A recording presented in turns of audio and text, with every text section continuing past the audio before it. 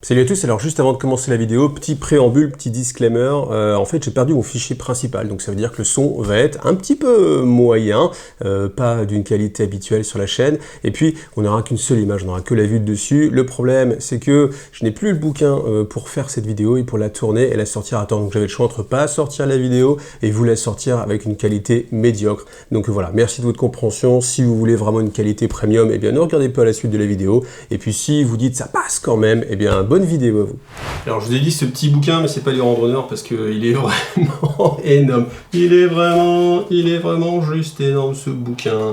Alors déjà, première chose, vous avez toute une partie sur le fluff. On peut regarder un petit peu comme ça. Donc l'âge des ténèbres, les règles de base. Donc vous avez déjà 146 pages uniquement consacrées au fluff. Donc autant vous dire que si vous êtes intéressé par les restes de Russes, alors je ne sais pas à quel point ça peut remplacer ou compléter peut-être même les livres. Est-ce qu'il y a des informations dedans qui ne seraient pas contenues dans les livres? J'en doute, mais ça peut quand même être une bonne base. Vous lisez ça, vous avez vraiment un bel aperçu des restes de Russes. Ensuite, règles de base, le type de terrain, les règles spéciales, et ensuite quelques conseils de jeu et pas mal de choses. Donc avec un index toujours comme d'habitude.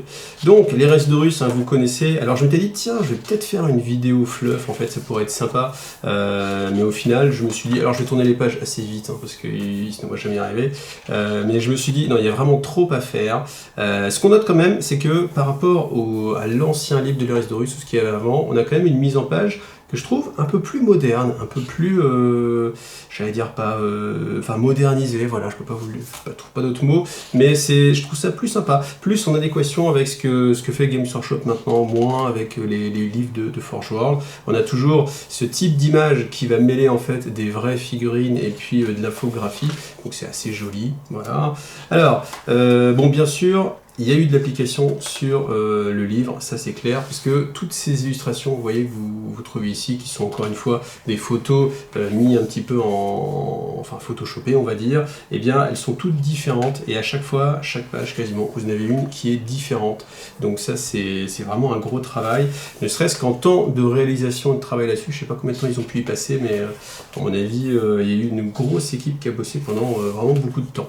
Donc ça, très belle illustration qu'on connaît hein, avec les différents Primark, voilà. Donc ça voilà, vous connaissez. Donc ça va vous expliquer vraiment en détail, et je pense encore plus en détail que dans les codex, le processus créatif pour les Space Marines. Alors ce qui est un petit peu dommage, c'est qu'on commence à détailler des armures avec la marque 2, la marque 1, bon voilà, on n'en parle pas plus que ça, donc c'est l'armure tonnerre. Je sais pas pourquoi ils mettent pas de... Peut-être parce qu'il n'y avait pas de Space Marine qui avait la marque 1, c'était uniquement par les guerriers tonnerre, peut-être c'est ça, en fait. Mais j'aurais bien aimé quand même qu'ils nous mettent l'image, tout simplement, une histoire de comparer, parce que quand on commence directement en marque 2, voilà, donc marque 3, marque 4, la marque 5, la marque 6, celle qui est au cœur du bouquin, et puis ça s'arrête là, hein. Il n'y a pas les marques 7, marque 8, marque 10 évidemment avec les Primaris, on oublie. Donc vous allez trouver pour chacune des légions, dans l'ordre des légions, eh bien là un petit peu quelque chose d'assez emblématique, un petit portrait comme ça du Primark.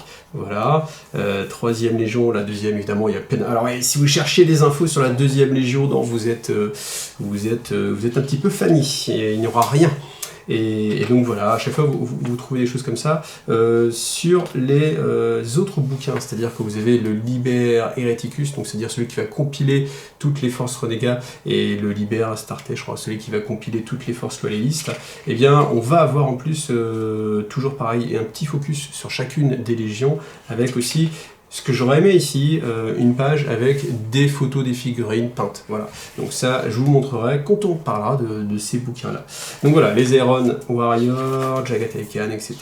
Je pense que je vais quand même vous passer assez vite, comme ça, les images. Honnêtement, je vois pas vraiment comment vous résumer 340 pages, si ce n'est en y passant des heures et des heures. Donc je vous rappelle, hein, si vous voulez vraiment du détail, on aura le temps, on pourra lire quelques petits passages lors du live. Donc vraiment, venez à ce live qui se veut assez festif, et où justement, ben voilà, si quelqu'un a envie qu'on lise la biographie de Konrad Kurz, on pourra, celle de Sanguinus, on pourra, voilà, on pourra pas tout lire, mais en tout cas on pourra y passer largement plus de temps que ce que là je peux me permettre dans une vidéo qui se veut assez rapide. Donc vous voyez, on va avoir toutes les légions, voilà.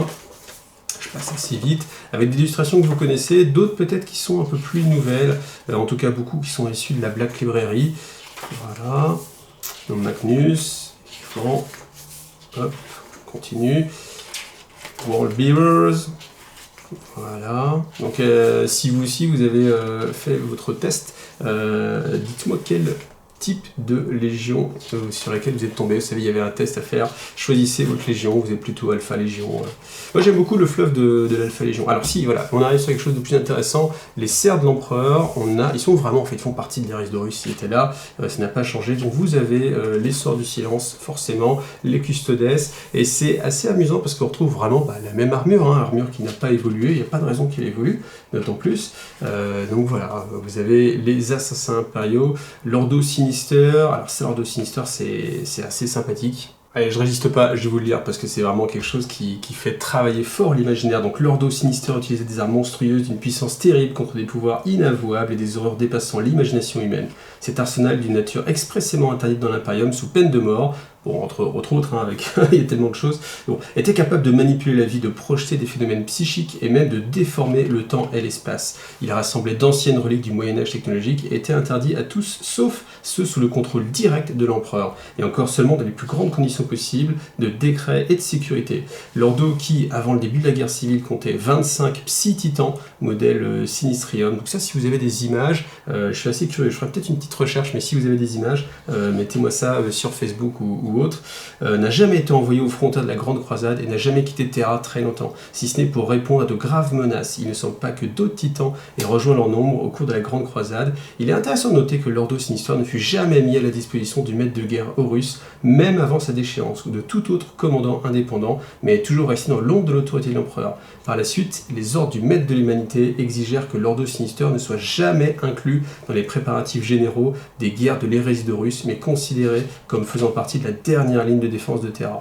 Donc est-ce qu'un jour on en aura besoin? Est-ce que le décret Terminus rentre en cause avec ça? Je ne sais pas, je n'ai pas la réponse, mais si vous avez l'information, je suis preneur, comme d'habitude. Donc ensuite, les Solar Auxilia, donc ça vous avez une faction qui est développée, qui existe chez Forge World avec des figurines, voilà. Et puis le Mechanicum, évidemment. Alors le Mechanicum c'est assez léger, hein, vous voyez, on a déjà passé le collège Titanica, évidemment, donc tout ce qui est les titans, voilà, vous avez des grosses machines. Je pense que les restes de Russes, c'est ce qui se prête le plus même aux parties d'Apocalypse, avec des machines de guerre un petit peu colossales, des princes démons, etc. Donc, événement des chroniques de l'hérésie d'Horus, voilà, donc ça on connaît, c'est des choses qui sont détaillées dans les livres, donc voilà, pas de... je pense hein, qu'il n'y a pas de grosses surprises. Ensuite, voilà, on continue. Donc vous voyez, niveau fluff, je pense que ce bouquin peut être intéressant si c'est uniquement le fluff et le lore qui vous intéressent. Je crois que franchement ça le mérite parce que vous avez toute cette première partie, c'est 145 pages qui sont entièrement dévouées au fluff, donc ça, il n'y a pas beaucoup de publications maintenant qui peuvent se targuer d'être aussi bien renseignées niveau fluff. Ensuite, donc les règles de base, c'est une sorte de V7 de ce qu'on m'a dit, avec quelques petits ajouts. D'ici maintenant à d'ici le live, je pense que j'en saurai beaucoup plus, donc on fera une petite démonstration lors de ce live. Donc voilà, n'hésitez pas encore une fois à venir. Ensuite, je vais passer, parce que voilà, alors ça, si les réactions, ça c'est une nouveauté, vous avez la possibilité d'interagir pendant le tour de l'adversaire. Voilà, on va passer un peu plus loin. Qu'est-ce qu'on peut voir d'autre? Bon, là, typiquement des règles. Alors c'est encore une fois, hein, je m'excuse, mais je ne voyais pas vraiment comment traiter cette vidéo sans y passer des heures, si ce n'est en feuilletant tout le livre. Alors je vous avais même dit que je ne feuilleterais pas toutes les pages, mais au final, je pense qu'on va avancer. Si quand même, le jet pour toucher au tir, ça m'intrigue. Allez, je fais une petite entorse à moi-même. Bon, on est resté sur la capacité de la CT du tireur qui vous fait un jet pour toucher. Il faut faire 7 moins la valeur et ça vous donne le seuil à atteindre. C'est étonnant qu'ils, franchement, ils n'aient pas simplifié les choses avec directement tu touches les 3+, ou du 4+. C'est dommage. Bon, ok. Enfin, je vois vraiment pas pourquoi. Il y a peut-être une raison, hein. Si vous avez la raison, c'est pareil. N'hésitez pas à m'éclairer en commentaire. J'aime bien, hein, les différentes proportions là, entre le River, le Dread, le Space Marine en dessous. C'est assez sympathique. Mais voilà, n'hésitez pas à m'éclairer parce que honnêtement, autant piocher toutes les bonnes idées partout. Alors, ça fait bizarre quand même de repartir ça, à mon avis, si vous n'avez pas connu la V7, si vous avez commencé à jouer à 40 000 avec la V8, la V9, je pense que vous allez avoir beaucoup de mal à appréhender les véhicules avec les flancs arrière, les armes défensives, les arcs de tir aussi, parce que je me rappelle, moi c'est quelque chose, alors moi ça m'a fait le contraire, quand je suis arrivé en V8, et que j'avais l'habitude qu'il fallait bien orienter chaque arme du véhicule pour pouvoir avoir une ligne de vue, le fait de se dire, attends, le bout de chenille, il dépasse la porte et je peux tirer avec mon canon laser qui est derrière, j'avoue que mentalement, il y avait quelque chose qui était compliqué. Et je pense qu'à l'inverse, pour vous, si vous passez dans l'autre sens, ça peut être aussi assez troublant et même difficile parce que vous allez positionner votre véhicule, puis après vous faites « Ah ouais, j'ai pas de ligne de vue, je suis trop bête. » Donc voilà. Donc magnifique décor aussi, hein, ça, voilà, je pense que c'est les décors du Warhammer World. Donc voilà, vous avez quand même quelques stats, mais c'est uniquement donc sur les bâtiments, parce que vous avez des bâtiments, voilà, toutes les règles spéciales. Et vous voyez, le bouquin est vraiment très très grand, hein, parce que là, les règles spéciales, il y en a encore beaucoup. Alors si, ça, je suis assez étonné. On a des gabarits médians, vous voyez, donc le 5 pouces, c'est le large qu'on a déjà vu. Le 7, c'est ceux qui étaient vendus dans la boîte d'Apocalypse. 7 pouces de diamètre, c'est beaucoup plus grand. Le 10 pouces, ça, c'est les pizzas, hein, c'est à peu près comme ça. Et puis après, on a les anneaux, voilà, 7, 10 et 5, 7. Donc je ne sais pas ce que ça représente, on verra, je pense qu'on aura la réponse d'ici le live. Hop. Et puis après, si on continue, voilà, on va tomber sur quelques images, histoire de se rendre compte un peu, parce que voilà, je trouve même un petit peu dommage qu'il n'y en ait pas beaucoup plus, mais on retrouve ce qu'il y a dans la construction classique des bouquins chez Games, à savoir une partie fluff, une partie règles, une partie les images. En général, les images, elles sont intercalées entre le fluff et les règles. Là, ils les ont mis un petit peu après. C'est peut-être un petit peu dommage, parce que voilà, on a ce côté, on a que des règles. Je pense que c'est un bienfait à un moment donné de respirer un petit peu et de se projeter et se dire ah oui, c'est pour ça que je me tape ces 300 pages de règles, c'est pour essayer de revivre ce que je peux voir ici. Voilà. Donc on va passer un peu et puis voilà, on va gentiment arriver à la fin de la vidéo. Donc ça, voilà, c'est toutes les figurines que vous pouvez avoir chez Forge World. C'est classe, hein. Franchement, ça c'est classe. C'est le genre de choses qui fait vraiment vraiment envie. Donc il n'y a pas beaucoup plus de choses maintenant. Voilà, préparer la bataille, les fortifications. Il va y avoir les missions. Ah si, ça on peut regarder quand même l'organisation de la force de croisade. Alors c'est pas le mode croisade, hein, si je dis pas de bêtises, c'est pas le mode croisade, mais c'est comme vous êtes dans une force de croisade, et bien voilà, tel que vous allez jouer vos personnages.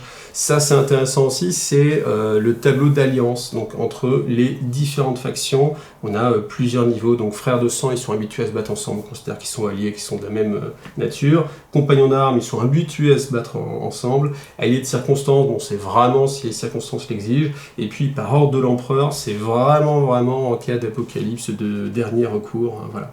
Après, ce qui est sympa, c'est que forcément, là, vous pouvez jouer les primarques. Il n'y a pas à dire, c'est quand même quelque chose qui pèse. Hein. Mechanicus aussi a une armée vraiment très typique, encore plus marquée que celle qu'on a pour 40 000. Voyez, voilà. Donc tout ça, à mon avis, ça va vous donner envie de faire un petit tour sur le site de Forge World.